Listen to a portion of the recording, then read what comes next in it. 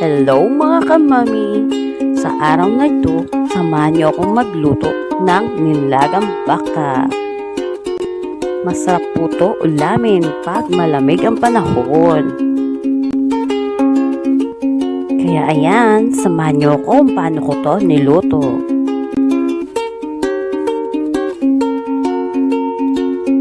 Siyempre, ang pangunahing sangkap, baka. Kaya yan, bumili ako worth 120 pesos ng laman ng baka. Hihiwain po natin yan into cubes.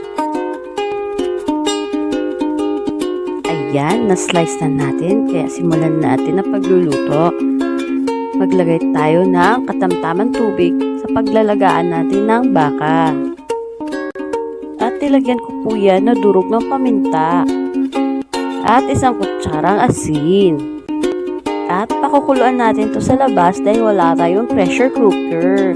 Para makatipid tayo ng gas, dun muna natin sa labas ilagay.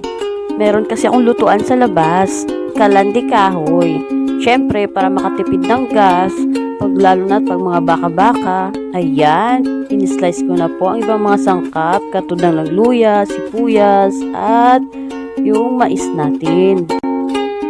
Ayan, naka-ready na yung mga sangkap na ihalo natin.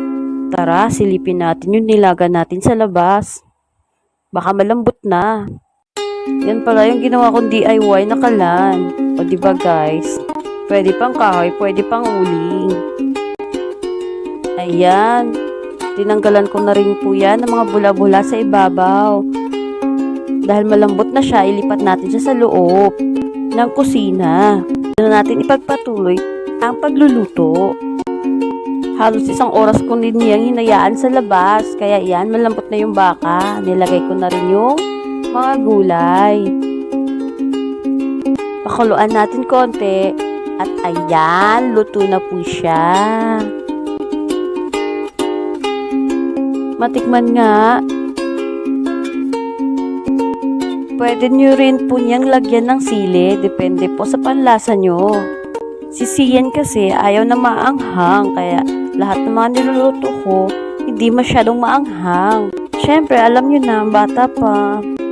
Masarap po ito ulamin at pwede rin pampulutan. Ayan, luto na po siya at pwede nang lapangin. Meron na kaming ulam maghapon. Kaya guys, samahan nyo ako kumain. Thank you for watching. Salamat po sa uulitin.